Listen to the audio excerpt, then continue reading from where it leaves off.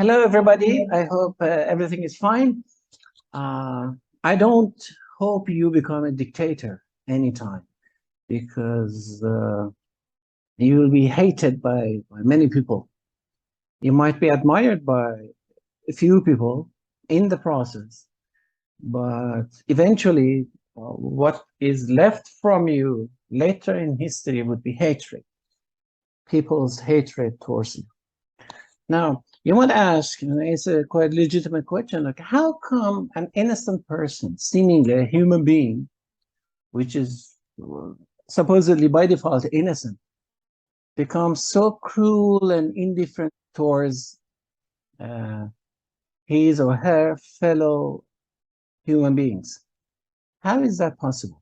Well, there are different reasons and there are different examples in the history.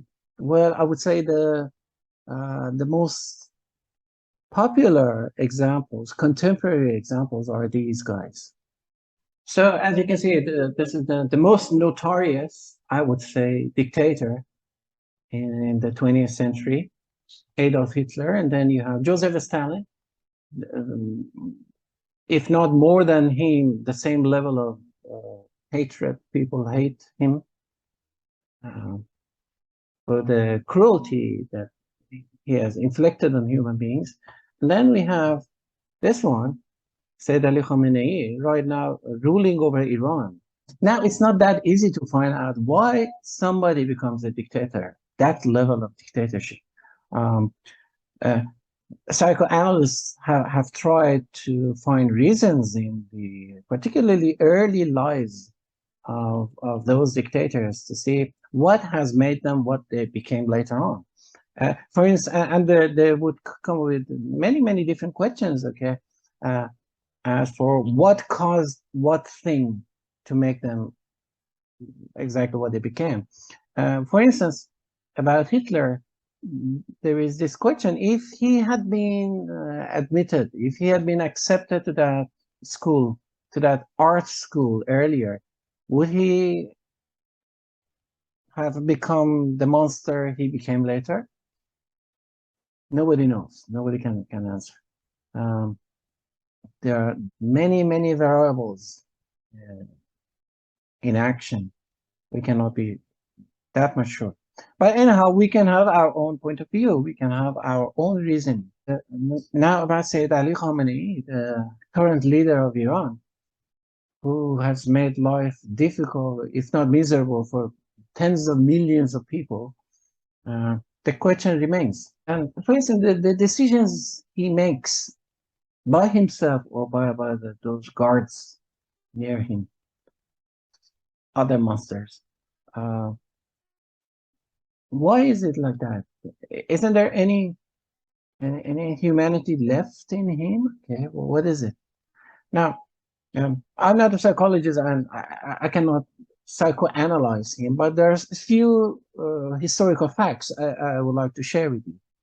Now, one part of the title of this clip is inflation, and then we have hyperinflation. We know that inflation occurs when the economy of a society is not perfect, or there are faults inside the economy. So the money, the currency, the current money in that society loses its value.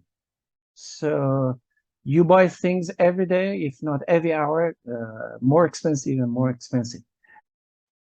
Well, there are two textbook classic examples of hyperinflation in history. One was after World War I in Germany. So the papier mark, that time's German money, became so valueless, became so weak that people would give out hundreds of millions of the currency to buy a loaf of bread. And then a little more recently, it was in Zimbabwe in 2008.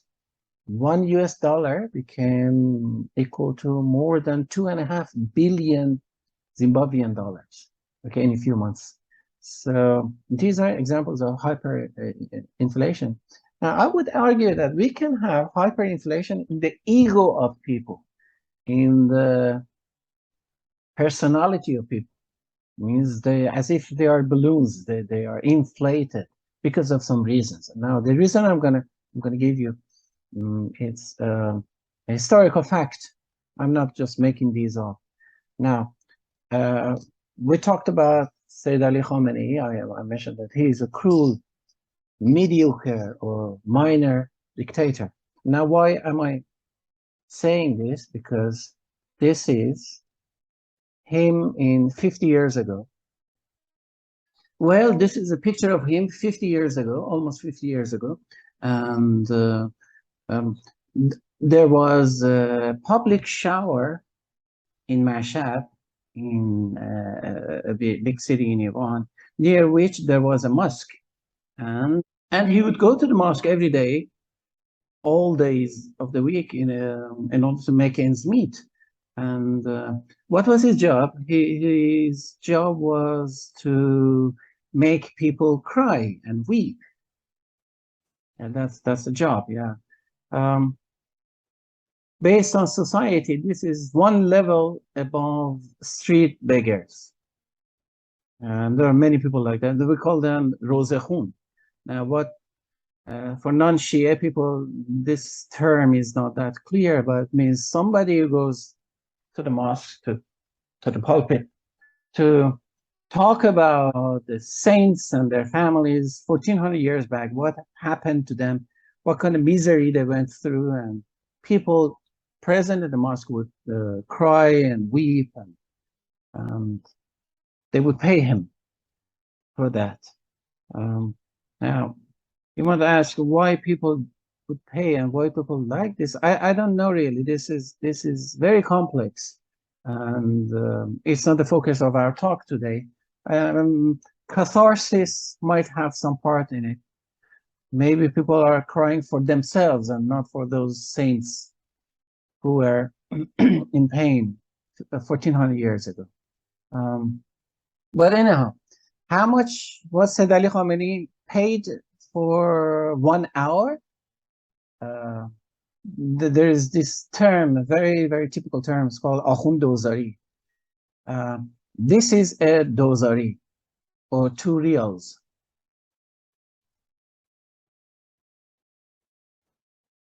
That time, 50 years ago, $1 was equal to 70 reals, Iranian reals. So 2 reals makes about approximately 3 cents or 3 pennies.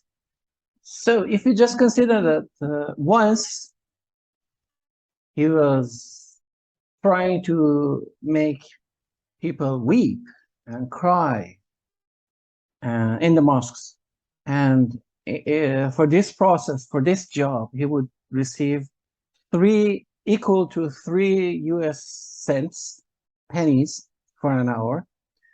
Now, currently, he and his family, they have their hand over at least $200 billion. It's billion with B, and it's not a secret. Almost everybody knows that he has the power. They call it the divine. So yeah, he somehow has this power from God, and he can command. He's a supreme commander in chief. He can command one of the biggest armies, at least 4 lines of intelligence, and he has the power over wealth and health and life of people, about 85 million people. Now, I think it's clear why a bean-sized balloon, when inflated millions of times like this, then it cannot get back to or think about what it used to be. Or else, how delusional one person can get when you give him or her superpower and lots of money, billions of dollars. The power might make an ego super or hyper inflated. But the thing is, in English, there is this saying that the higher you go, the harder you fall. So you might be apparently very powerful and strong, but you're just inflated, and in the right time, a small pin would pop you out of existence.